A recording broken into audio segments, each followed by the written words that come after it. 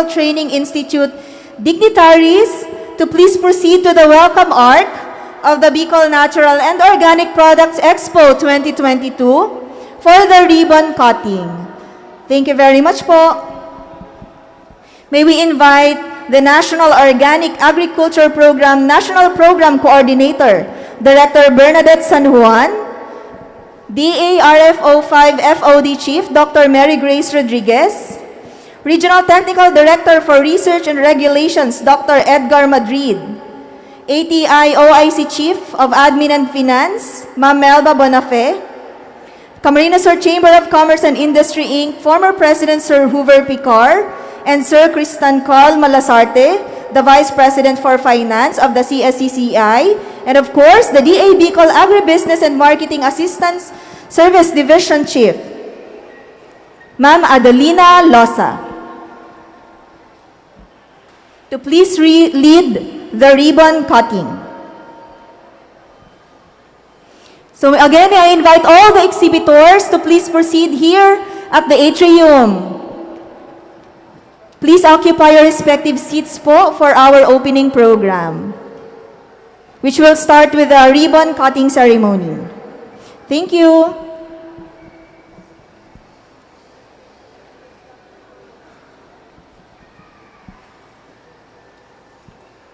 By the way, we're also live via live stream at the Department of Agriculture Bicol Facebook page, the official Facebook page of the Department of Agriculture, Regional Field Office 5. Hello sa ating mga live viewers. Good morning po.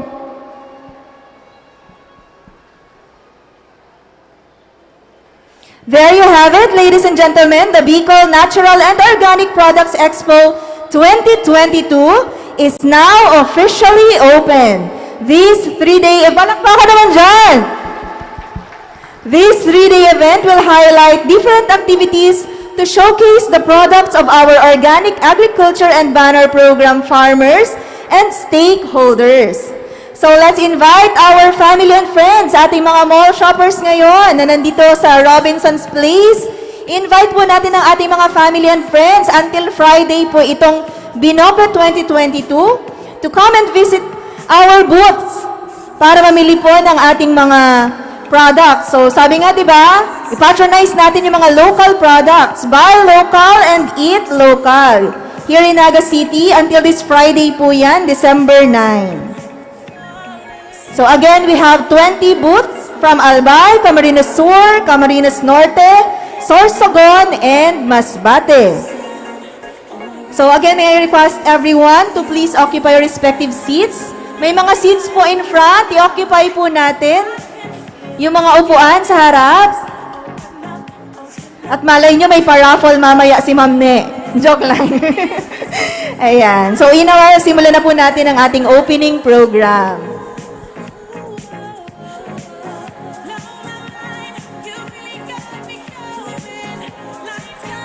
Yung ating mga exhibitors, join po tayo sa opening program.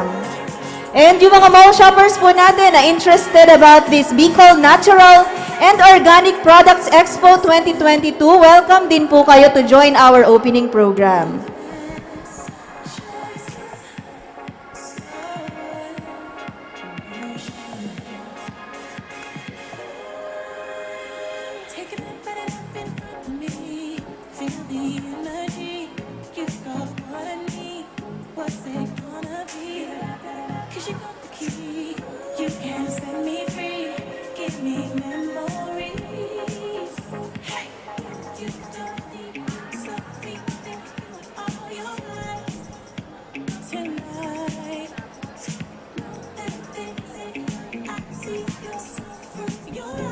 Nothing in nature lives for itself. Rivers don't drink their own water. Trees don't eat their own fruit. Sun doesn't give heat for itself.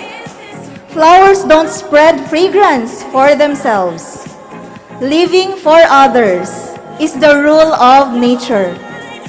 With a growing demand for safe food and farming practices which are protective to the environment, organic agriculture's popularity continues to gain momentum in the country. The Food and Agriculture Organization of the United Nations underscores the relationship between organic agriculture and the environment when it said that organic agriculture aims to produce food while establishing an ecological balance to prevent soil fertility or pest problems. The passage of Republic Act 11511 and Act amending RA number 168 or the Organic Agriculture Act of 2010 intends to promote and further develop the practice of organic agriculture in the Philippines. An especially pleasant day, everyone. Good morning po. I am your host, Annilyn Baleza of DA Rafis 5. Merry Christmas po sa ating lahat. Advance Merry Christmas. Batiin naman natin ang ating katabi ng Merry Christmas. Malay mo, may regalo yan sa'yo, di ba? So it's 18 days before Christmas. Ayan, nandyan yung mga booth. Oh, di ba? So Merry Christmas po sa ating lahat. As I have said earlier, very timely ang ating activity today. Welcome to the Bicol Natural and Organic Products Expo 2022. This is a gathering of the Department of Agriculture's organic stakeholders and clienteles to provide them with updates, marketing assistance, and opportunity to promote all natural and organically produced products. So let's begin by seeking grace and giving thanks. Please remain standing for the singing of the Philippine National Anthem. May I request everyone to please stand? And please remain standing for the singing of the Philippine National Anthem. Roll VTR, please. Pangadji kang Departamento kang Agrikultura. Diyos amang makakamhang, ika ang samuyang buhay, asin murabod ning biyaya. Nagpapasalamat kami sa imo, sa imong pagataman, asin pagmangno, sa samuyang namumutan na banwaan. Pinapasalamatan mi ika sa mga rekursos naturales kan Pilipinas na itinao mo asin itiniwala sa muya para padagos ming atamanon asin pagyamanon na pagbabago kan panahon kado sa ibang nasyon.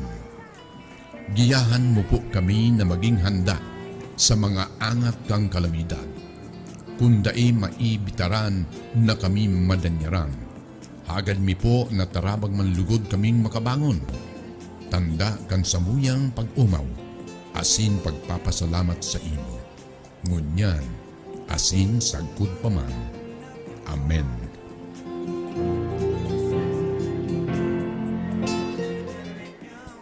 Mga kababayan, ang pambansang awit ng Pilipinas.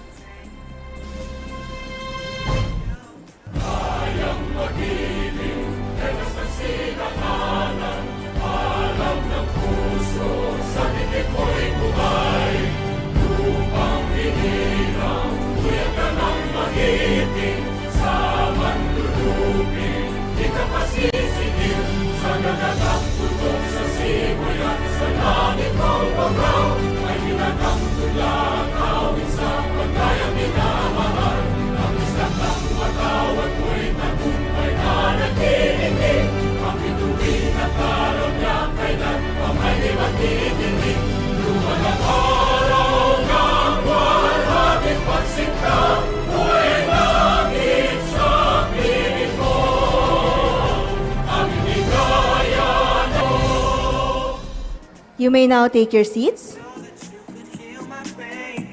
As I have mentioned earlier, the Bicol Natural and Organic Products Expo 2022 is a gathering of the DA's organic stakeholders and clienteles to provide them with updates, marketing assistance, and opportunity to promote all natural and organically produced products. It also aims to disseminate information about organic agriculture's benefits on health, environment, and farmers' income.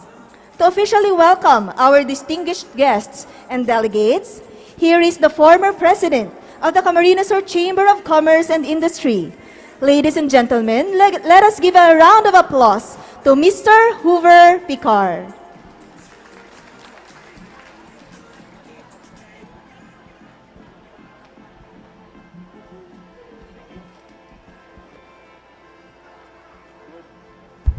Good morning! Wow, ang dami natin dito. Actually, binigyan na, sabi ng MC, may 1 hour daw ako para magbigay ng welcome remarks. Okay? Yan ang pagkakamali nyo. Okay? Okay? Definitely, dapat ko i-acknowledge ang chairman natin ng BNOPE. BNOPE 2022, si BP Carl, who is also the incoming president for 2024, BP Carl Malasarte. Ably assisted by Vice Chair Annie Gaite Batong. Ipopromote ko na, wait lang. Ipopromote ko na who will be the chairperson for the 6th Bicol Agri Summit next year. Okay? Okay, siya na rin po yon. Ito po, baka po kasi ako i-bash nito sa Facebook pag hindi ko daw siya in-acknowledge. Sir Jerry Ilarde po. Okay, sa May Ungog po, ang future barangay captain ng Barangay Ungog. Okay, syempre lahat po nandito. Welcome po sa inyo lahat. Especially, bago ko na i-welcome ko itong ating mga 20 booth exhibitors. Sila kasi ngayon ang sikat. Di ba? Kayo ang sikat info. Sabi ko, bakit? Ako lang ba ang kalbo dito? The point is, natutuwa ako dahil nag-a-approach na sila, Sir, kami na naman po, nagpapasalamat. Okay? Huwag po kayo sa amin magpasalamat. We are just one of the catalysts para po kayo naandito. Kung wala po ang Kamsyo Chamber at saka lalo-lalo ang Department of Agriculture, technically, naandyan pa rin kayo pero hindi katulad ng nangyayari sa atin ngayon. Ang ginagawa po natin, ang itong BNOPE 2022, the Bicol Natural and Organic Products Expo, ito po is isang platform para sa ating mga MSMEs, especially those producing naturally and organically grown produce, both crops and livestock, para po ipaalam sa ating mamimili o sa merkado na meron na pong mga produkto na natural and organic. Pag tinanong niyo po ako doon sa natural and organic, ang dami palang paliwanag. Ibibigay ko na lang yan sa mga taga-DA. Okay? Kasi alam ko marami naman gaganapin ng mga seminars or symposium with regards to why is it called natural, why is it organic. Okay, tingin ko, ibibigay ko na yon, sila mas may karapatan magsalita. But definitely, ngayong umagang ito, sa tagal-tagal ko na nabubuhay sa mundong ito, ngayon ko na lang lalaman ang difference ng natural at organic. Definitely, si Ma'am Bernadette, masasabi rin niya yan mamaya. Pero ang napansin ko rin dito, aside from yung mga produkto, natural and organic, pati yung mga nagtitinda, ang beauty, natural and organic. Napansin ko lang naman, walang nagme-makeup. Okay, kasi useless na mag-makeup, naka-mask eh. But the point is, we are very thankful for this opportunity. To the DA, Department of who has been partnering with us for the last so many years. Ito nga sinasabi ko, ang dami ko na sinabi before, pero ulit-ulitin ko. Ito pong nangyayari sa atin na to, this is as a result of yung ating pagsasama-sama. This is the synergism of all the organizations. Kasi kung hindi po natin pagsasama-samahin ang ating mga strengths, maaari niya, may mapoproduce tayo, pero hindi Bicol Natural and Organic Products. Hindi po yan ngayon lang December 7 to 9 available. 365 days available po yung mga produkto yan. So once again, on behalf of the Command Research, yes, pasensya na, buti na, pansin ko sa ano. Ito na po ang aming President-elect. Okay po, direct from China. Okay po, pero hindi siya po nag-i-import ng mga Chinese products na produce. Siya nga po ang tumipigil na dumating ang mga Chinese products. Okay? No other than Ramon Simon D. Siya po ang aming President-elect for 2023. Okay? So, yun po. Sir Jerry, may okay ka na? Okay, pwede ka na umalis. Guest, the FOD Chief and HVCDP Regional Focal Person. In the House, we also have, parang hindi tumatanda, the Regional Technical Director for Research and Regulations, ang tatay namin, Dr. Edgar R. Madrid. And of course, the host of this activity, straight from Zamboanga, Ma'am Nene Loza, the AMA Chief and OA Regional Focal Person. Of course, yung mga backup ni Ma'am Nene na talagang punong abala rin. Saan na yun? The Georges, Nancy Salvino, nasaan ka, Ate Nancy? Sir Alden Ragay, and ang mga members and staff, andyan po sila, masisipag, kagabi pa sila nag-start. And we also want to acknowledge other DA family members, Ma'am Lovelia Guarin and staff. Andito po yung kanilang mga kasama. Next po. And of course, our partners, the Camarines Chamber of Commerce. Full force sila. Binigyan ako ng napakahabang listahan. Let's start with the past president, Mr. Hoover Picar, punong-puno ng energy. Ayan. And of course, the Vice President for Finance, Kristen Carl Malazarte. He is also the person in charge for this BNOPE 2022. With them are Maria Teresa Evangelista, Board Secretary, Susie Jane Etondo, Admin Head, Ma'am Teresita Banyares Dalfin, the Vice President for Public Relations, Mr. Jonathan Lim, the Board of Director, and Ma'am Antonia Badong, also Board of Director. And may pahabol, we also have in the house, Maria Francia Cazin, Board of Director, and Sir Ramon Simon D., Executive Vice President. Okay. We also have our provincial and municipal focal person. Let's start with the province of Masbate, a provincial OA focal person, Ma'am Luisa Almonte. From the province of Catanduanes, hilo pa siguro to sa biyahe, Sir Edwin Benavides. And from the province of Camarines Norte, the home of Queen Pineapple, Mr.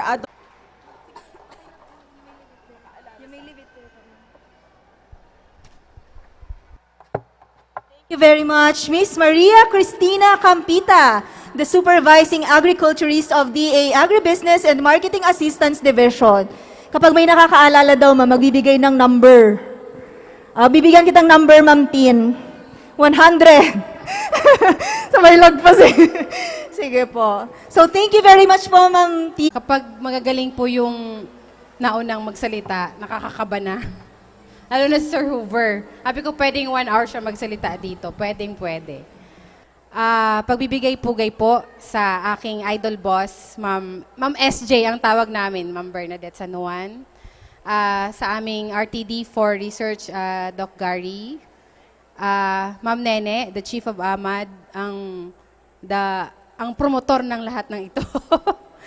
And ito, sabi ko nga, wala ba kayong pagod?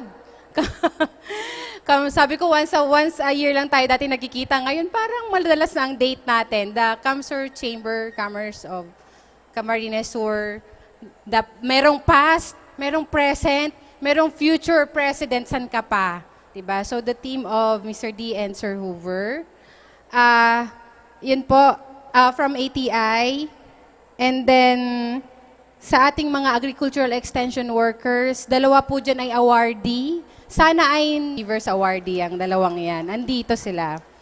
And of course, our farmer ng high value crops, kung mapapansin nyo yung ating mga exhibitors, majority po ay high value crops. Diba? So, maraming salamat po sa pagtuon ng pansin. And of course, my DA employees, our other guests, ladies and gentlemen, magandang umaga po.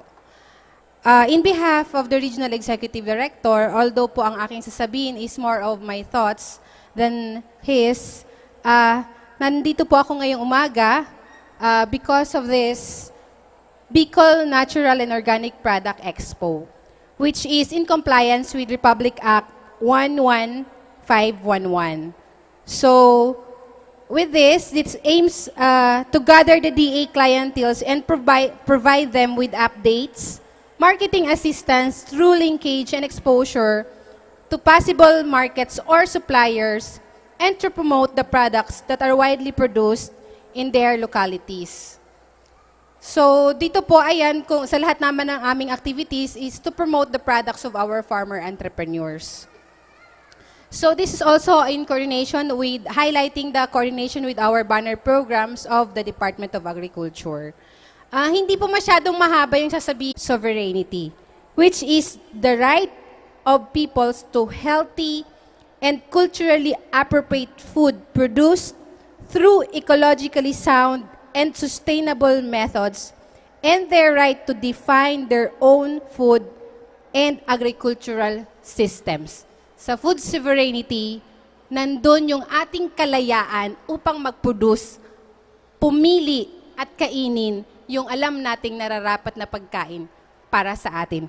And this natural and organic products is the perfect component to perfect the formula of those 3 thoughts that I have today. With that, maraming salamat po at magandang umaga. Thank you very much, Dr. Mary Grace de la Peña Rodriguez, for that very insightful message. So napapanahon nga ang ating BNOPE 2022 to achieve food security, sustainable development, and food sovereignty. Now, to introduce our guest of honor for the Bicol Natural and Organic Products Expo 2022, here is the Chief of the Department of Agriculture Bicol, Agribusiness and Marketing Assistance Division, Ms. Adelina A. Losa. A warm round of applause, please. Fresh from Zamboanga.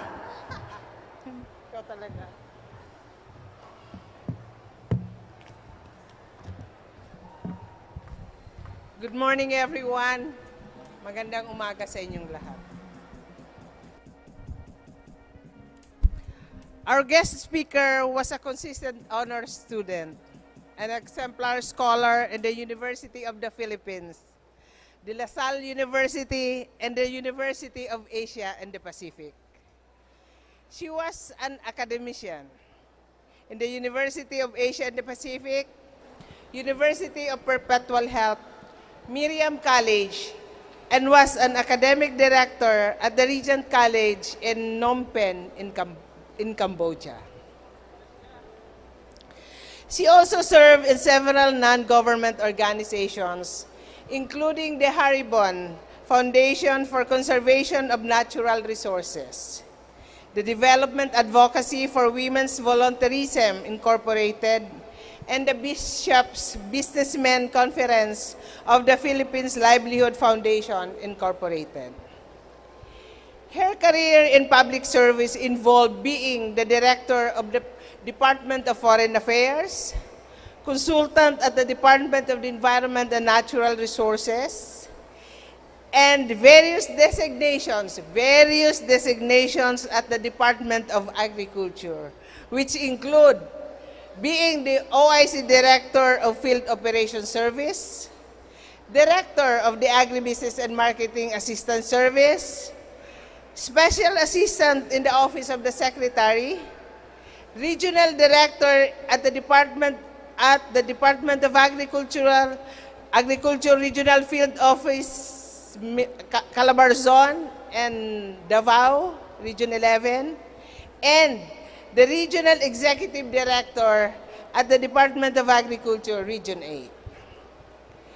In 2014, she was awarded the prestigious Presidential Award for Gawad Career Executive Service after her exemplary dedication in Region 8, where she pinangunahan ni Sir Hoover, Carl, Simon, no? At iba pang mga kasama. Saludo po kami at maraming salamat po sa inyong pagsuporta sa ating mga events sa DA. Of course, kasamahan ko sa DA sa region, Director Madrid, si Doc May, si Manay, at iba pa niya pong mga kasama, mga staff, AFIS, no? Laging nakasuporta sa ATI, na dumating na ba ang ATI? Kasi may event din sila sa Aklan, oo. Tapos, million below, ang approval niyo po ay sa red. Yan, kila Ma'am Nene, kay Red Rodel. Hindi na po kayo akyat sa central sa approval, ay aasahan natin sa susunod na mga taon kasi pwede pa rin. Wag lang lalagpas sa 10. Ang approval po ay sa board, sa central office. So, we just celebrated our 8th Organic Agriculture Month. Meron po tayong presidential proclamation noong 2015 na ang buwan ng kasama na rin yung mga yung ROAC where nandun lahat yung ating mga AEWs, provincial focal, municipal focal, kasi tayo ay magplaplano. Diba? Okay. So I would like to express my gratitude to the Region 5, especially to Agribusiness and Marketing Assistance Division and to other agencies that work together to make this event possible. The BNOPE is an annual event of the DA Region 5, not just to showcase naturally and organically produced and products, but to also promote its benefits to our health, environment, and farmers. No? Kanina, nagpaliwanag na si Doc May ang kagandahan ng organic and naturally grown sa ating kalikasan. No? Alam niyo po, it's feeding the soil rather than directly feeding the plants. Pag ini-imagine ko siya, di ba tayo kumakain tayo para tayo ay maging malusog? Di ba? Malakas. No? Pag tayo may sakit, di ba, dinidestros na tayo. Direkta na yung pagkain. So to me, feeding the soil is like eating healthy food para makalaban tayo sa sakit, sa virus. No? Yung pong paglalagay ng mga chemical diretso sa mga halaman, pagkain ng hayop, para kang mga nakadestros na nun eh. Diretso yung nutrisyon sa dugo, di ba? IV. Anong IV? Anong tawag dati sa IV? Ay, intraveno. Tapos maliit ang cost, malaki pa rin yung margin. No? Sige. So, the organic agriculture is the key for safer food and major strategy in food sufficiency. We in the department are doing our best to promote the system and implement different initiatives to popularize organic practices. We are prioritizing the certification of PGS, the establishment of OA livelihood projects.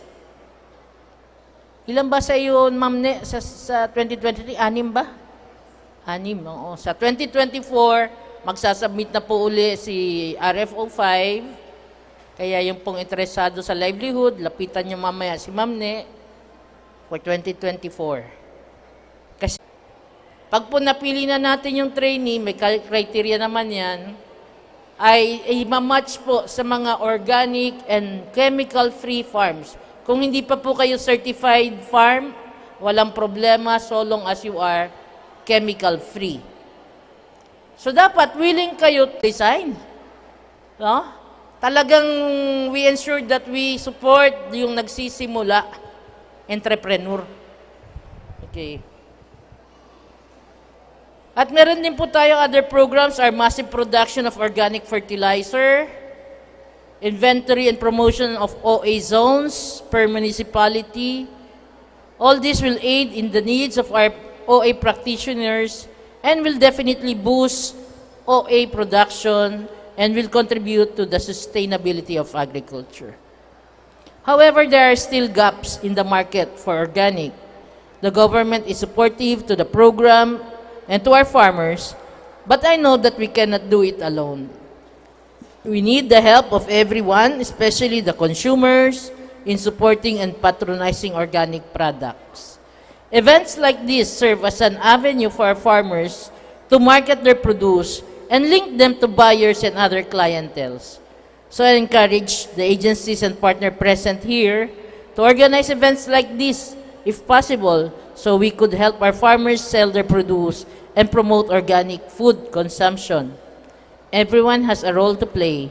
While our farmers are making sure that we have food in our table while also protecting our environment, let us also help by supporting them. By doing so, we can guarantee that our food is safe. At the same time, we are helping the farmers increase their income, and we also contribute in protecting our Mother Earth. In behalf of the DA and the National Organic Agriculture Program, I will continuously support our farmers and implement programs to ensure the availability of safe and nutritious food. I then encourage all of you to join us in our bid towards Organic Agriculture Philippines. Organic agriculture has boundless benefits, but it will be more beneficial if we will work all together in the promotion, propagation, and further development implementation of organic agriculture in the country. Finally, it is an honor to grace this event. Thank you for the opportunity. Everyone have an enjoyable and learn a lot from the activities of this two-day event. Maraming salamat. Thank you very much, Director Bernadette F. San Juan. Thank you very much, ma'am, for your efforts and support, as well as for your effective and efficient leadership in popularizing organic practices not only here in Bicol, but nationwide as the National Program Coordinator of the National Organic Agriculture Program. So again, palakpakan natin si Director Bernadette F. San Juan, the National Program Coordinator of the National Organic Agriculture Program. So before we continue with today's program, let us take a break. Excited ba kayo for this break? So I'm sure marirelax tayong lahat. Courtesy of an intermission number from DA Bicol's greatest singers. Naku, in demand po talaga sila ngayon. Tong dalawang to. A warm round of applause please for Mr. Sixto Magtarayo and Miss Joanne Velasco. Thank you po, Miss Annie. Thank you po, Ma'am Annie. Yan, magandang umaga po sa lahat. Yan. Good morning po. Sa ating mga Organic Products Expo 2022. Yan. Good morning. Guman ang himig ng puso mo, handa na kong hamunin ang aking mundo, pagkat tuloy pa rin. Kung minsan ay hinahanap pa alaala ng iyong ngiti, inaamin ko na kay tagal pa bago malilimutan ito. Kay hirap na maulit muli ang iniwan nating pag-ibig. Tanggap na ang natututo pa, harapin ang katotohanan ito. Tuloy pa rin ang awit ng buhay ko, magbago man ang himig ng puso mo. Handa na kong hamunin ang aking mundo, pagkat tuloy pa rin. Pagkat tuloy pa rin. Pagkat tuloy pa rin. Yon. There's more. Thanks for watching.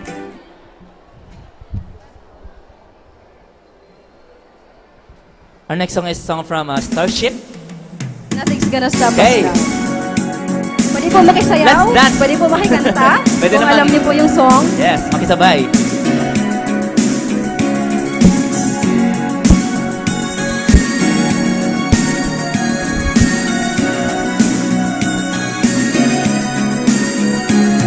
Looking at told you forever, forever and ever.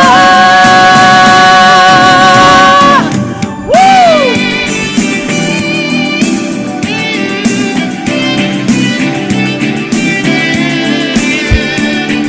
Natanggal.